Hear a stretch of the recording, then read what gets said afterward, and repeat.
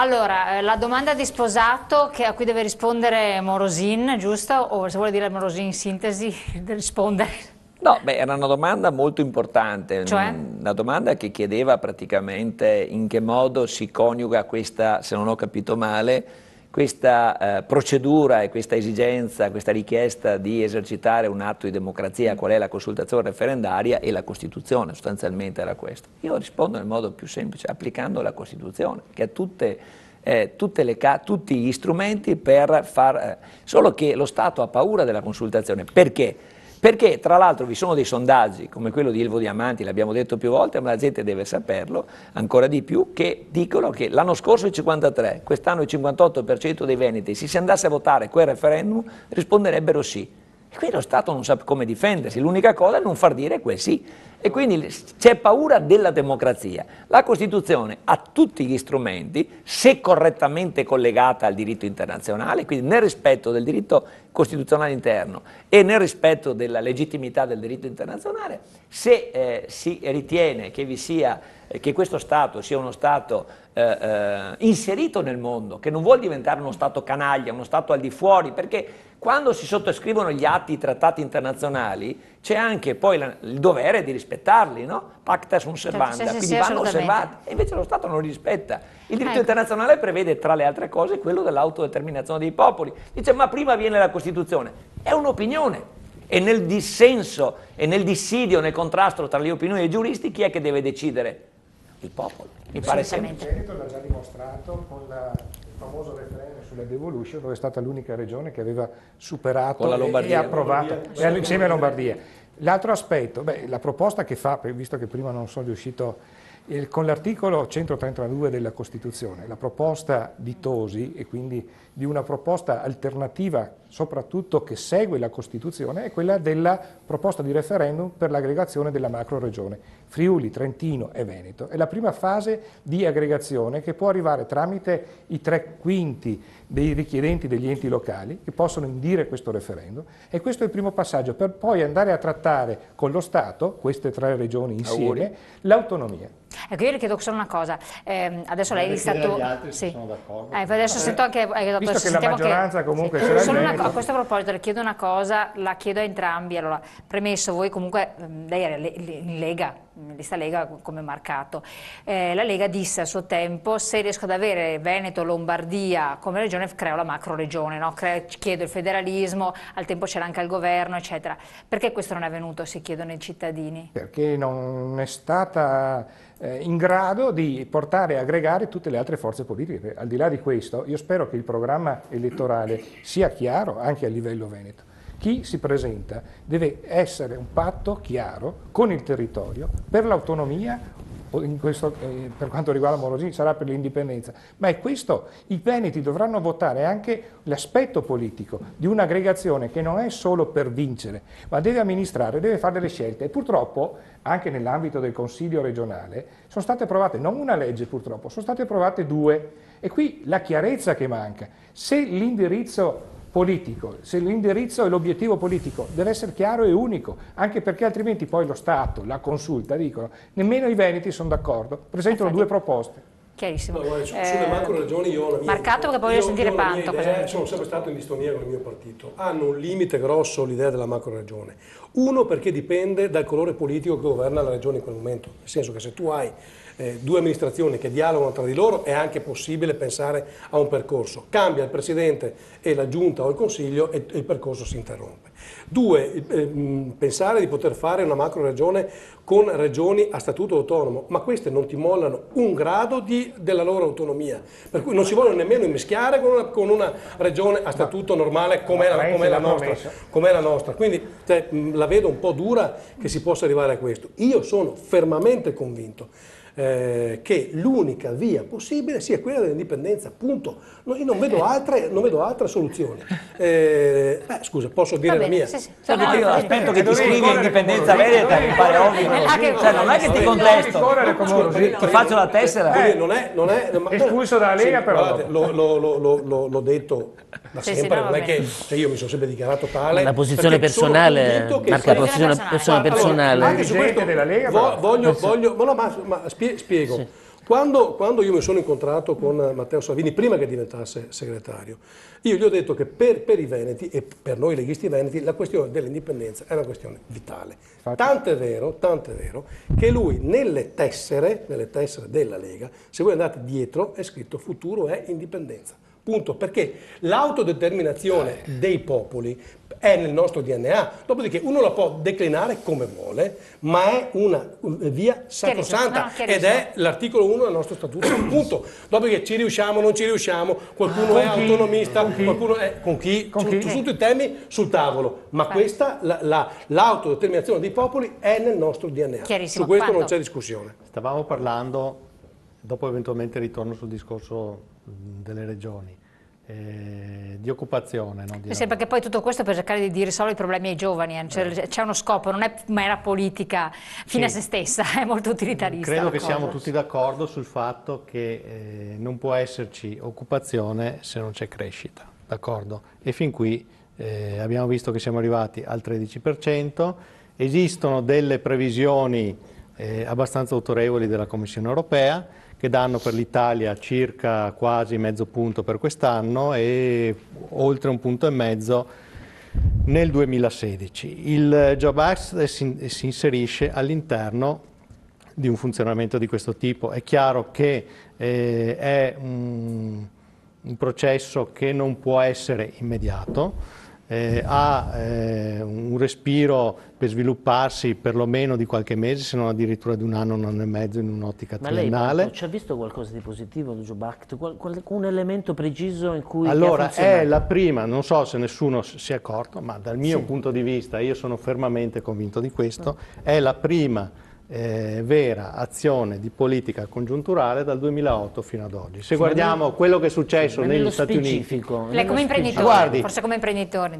Prendiamo gli Stati Uniti, d'accordo? C'è stato un rimbalzo dal 2008 alla situazione attuale immediato. Perché? Perché gli Stati Uniti hanno messo in atto una politica congiunturale mirata per rispondere alla crisi. Quindi investimenti, hanno fatto il loro Job Act che è diverso dal nostro, mentre noi europei siamo rimasti fermi, d'accordo? Fermi dal punto di vista di interventi degli stati nazionali per rilanciare l'economia. Gli Stati Uniti hanno fatto un'azione immediata di ripartenza. Allora, loro hanno fatto un'azione immediata. Da noi non abbiamo fatto niente, ok?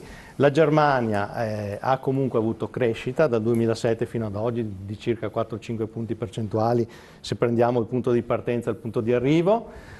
Chiaramente loro avevano l'interesse di dire noi andremo a fare qualcosa di diverso quando gli altri stati che concorrono con noi in Europa metteranno in atto delle politiche di revisione del loro sistema, perché se non facciamo le riforme è inutile fare, ok? Allora siamo arrivati adesso in questa situazione qua in cui le riforme stanno partendo, ci saranno sicuramente gli stati del sud Europa a scalare Portogallo, Spagna, Italia e forse anche Grecia che nei prossimi anni sicuramente, non nei prossimi anni, già a partire dall'ultima parte del 2015, e in questo momento sto parlando dell'Italia, sicuramente riusciranno ad agganciare la crescita. Ci sono anche poi delle condizioni esterne favorevoli, abbiamo visto il prezzo del petrolio più basso, abbiamo visto... Che gli altri stati stanno agganciando e noi un pochino no, e questo un po' anche... Bisogna contemporaneamente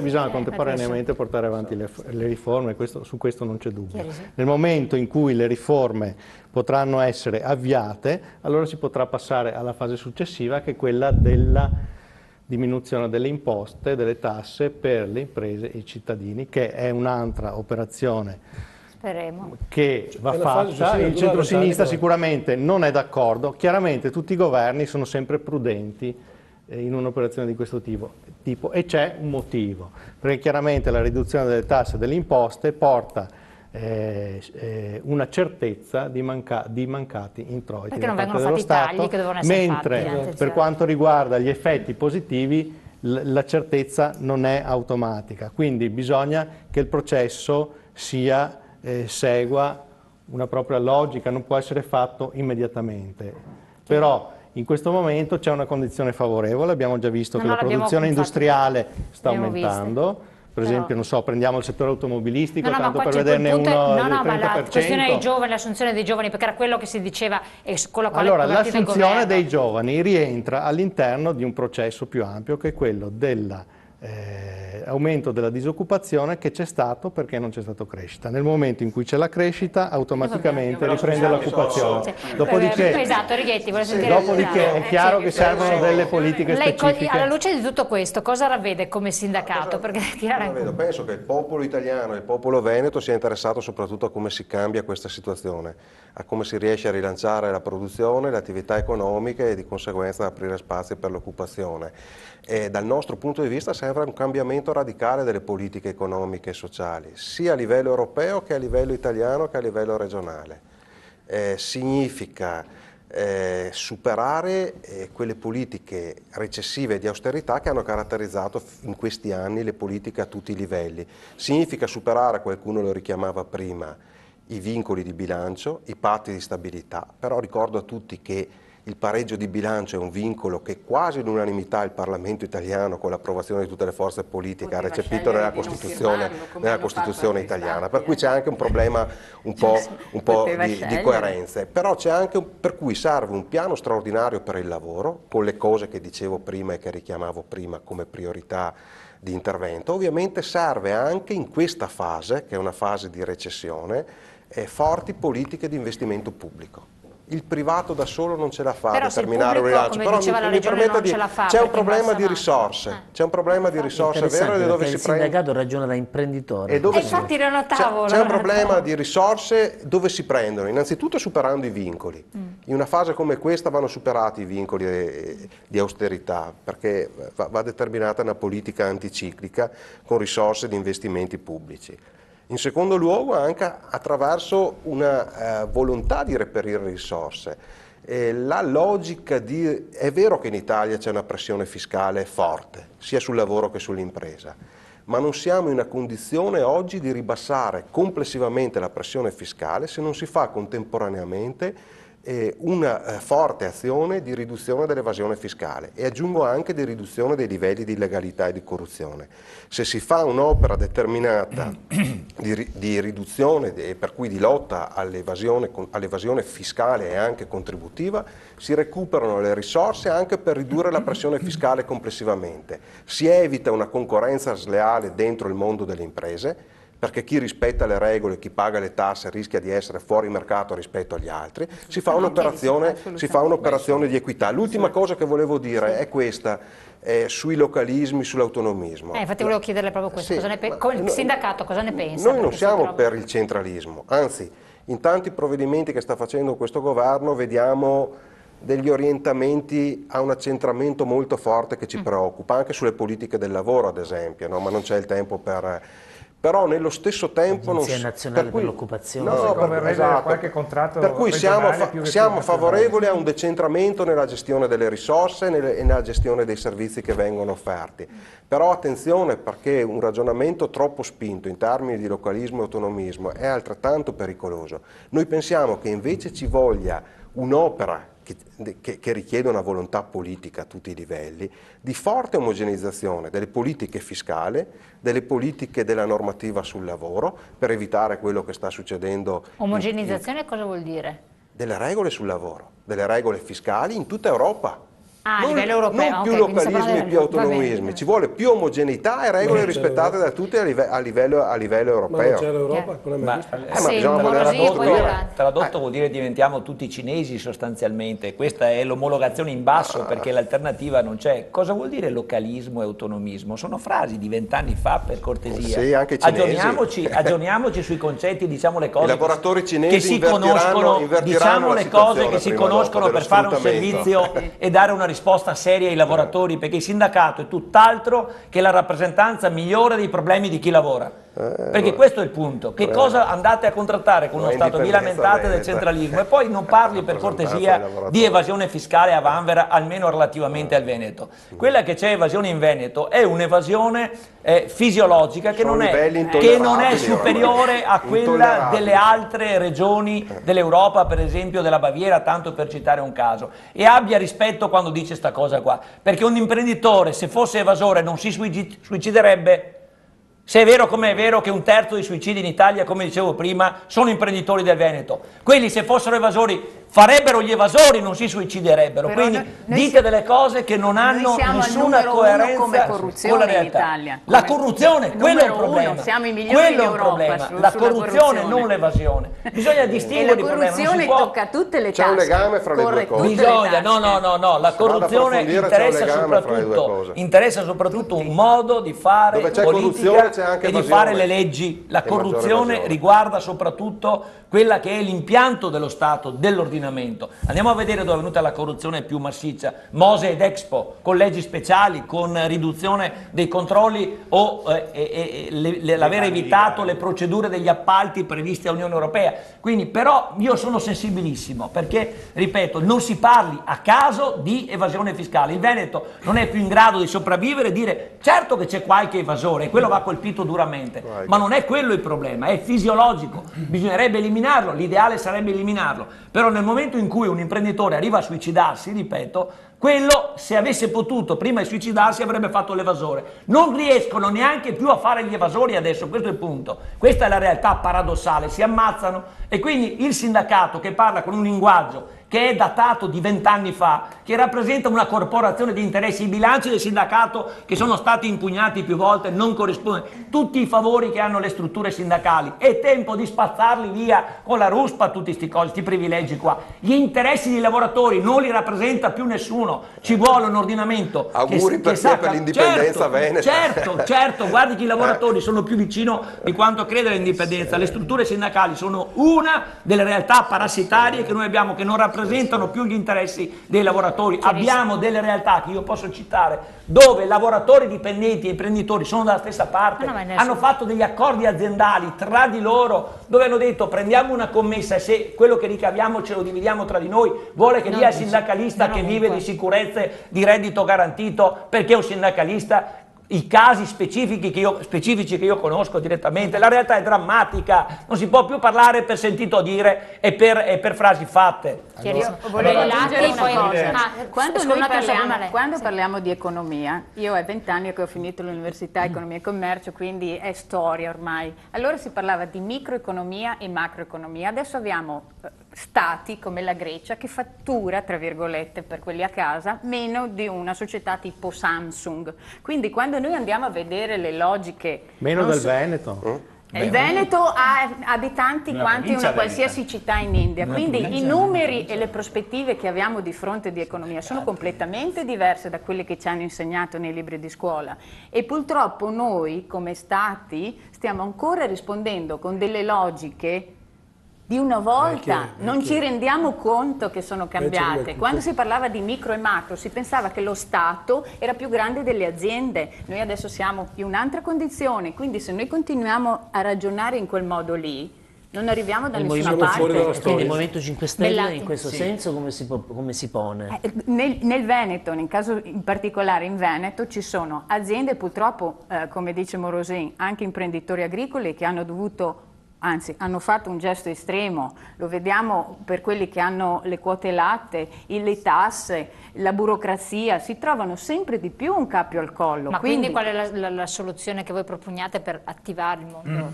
Esatto, allora per fare questo, uno, come si diceva all'inizio, abbassare con tutta una serie di sistemi quello che è la tassazione, quindi tasse, e la burocrazia, togliere sovrastrutture che possono essere sia pubbliche o semi pubblico-privato che dovrebbero dare servizi alle aziende. Se noi però diventiamo bravissimi come regione, già lo siamo sotto certi profili, poi ci troviamo la nostra sanità buonissima, veniamo lo stesso battuti come somari.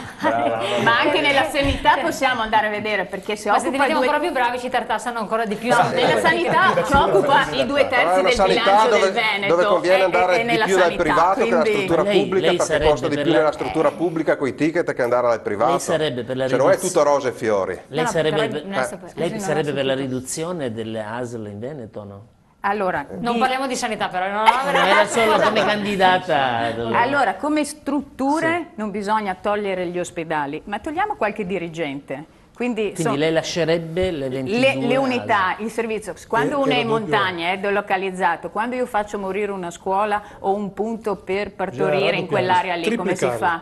I dirigenti, anche quando si è pensato di far diminuire le province, cosa hanno detto nella legge? Non hanno detto lasciamo a casa il 50% dei dipendenti, ma tagliamo il 50% della spesa, però non hanno lasciato a casa i dirigenti. I dirigenti ci sono ancora tutti nelle province, anzi magari qualcuno ha fatto anche uno scatto di livello, quindi quando vogliamo tagliare possiamo scegliere come. Però scusate, io siccome ho i tempi da rispettare e so che Maurizio Conte e anche Marcato devono scappare via. Prego. Allora do la parola a loro due, poi facciamo pubblicità e Bellati do la parola a tutti gli altri. È una fuga d'amore. Si riconciliano. Che sia chiaro qual è l'obiettivo di Renzi, di questo governo, quello di raddoppiare i posti di lavoro tagliando a metà gli stipendi, perché questo è l'obiettivo, ridurre veramente quella che è la potenzialità di quello che è uno stipendio. Questi pensano di portare la manodopera, il lavoratore, a prendere metà di quello stipendio con la scusa di di cercare appunto di trovare poi solidarietà verso gli altri per raddoppiare i posti di lavoro. Questo sicuramente non è l'obiettivo di un Veneto, che ha bisogno invece di detassare quello che può essere un premio incentivante che l'imprenditore dà al suo operaio quando è bravo, quando è professionale, Joe quando in America ha questo principio. Ecco, è su questo che noi dobbiamo puntare, dare veramente in busta paga all'operaio quello che è il giusto premio, senza tassarlo, non dimezzando quello che è lo stipendio. Due flash. Il primo, tranquillizzo gli amici leghisti, magari adesso avrò il provvedimento di espulsione perché ho detto quello che pensavo. Chi faceva questo, per fortuna, è andato fuori, era Flavio Tosi che buttava fuori 40 persone in una mattina, per cui in Lega non si rischia più l'espulsione, non si rischia più l'espulsione perché si andava via il macellaio che ammazzava la base. 18 volte Secondo flash, invece lui ha fatto una domanda sulle ASL, io invece sono per quintuplicarle. Perché è proprio sbagliato il concetto. Noi continuiamo a fare i primi della classe e tagliamo e risparmiamo e facciamo le fusioni dei comuni e facciamo le unioni dei comuni e mettiamo la polizia insieme e andiamo a togliere addirittura la cancelleria, togliamo via le bottigliette d'acqua e orgogliosi noi di Veneti, come spalmiamo 100.000 euro anche oggi, straordinari, e tagliamo, bellissimo, fantastico, perché te devi dire Caltanissetta, buso 2 miliardi, pronti, paga. Ti cosa è stato fatto Veneto? Hai migliorato di 1 milione? Benissimo, 10 milioni rimangono a trasferimenti. E questo è il sistema. Allora, io invito i sindaci a fare come la Sicilia. Noi dobbiamo diventare come la Sicilia. Assumiamo parenti, sorelle, zie, amie, fioi, canguri, assumiamo tutti e facciamoli pagare allo Stato. A Marco daremo respiro pochi disoccupati. Non ho capito che noi continuiamo a fare i primi della classe, bravi, paghe sue spalle, bravi veneti, forti lavoratori. Dopodiché il premio è il taglio ai trasferimenti. La Sicilia, che invece ogni anno aumenta il suo deficit di bilancio, viene pagata a piedi lista. Signori, facciamo come la Sicilia. Gavio Sorè, Moieri da assumere. Avanti tutti. Bisogna fare così. Quindi le ASL bisogna chiarire al manco a 100, un ASL per ogni comune, con tanti dirigenti ben pagati, infermieri pagati bene, tu paga tutti bene, con Chischioi di chi? Da Roma, e non c'è nessuno, almeno così il deficit che abbiamo nei confronti di questo paese ladro, a manco una parte mi tornerà indietro, come che ha fatto la Sicilia. Taglia, dai, che dopo la felpa lo tradisce sto discorso. No, come Sicilia, io voto la Sicilia, voglio diventare siciliano.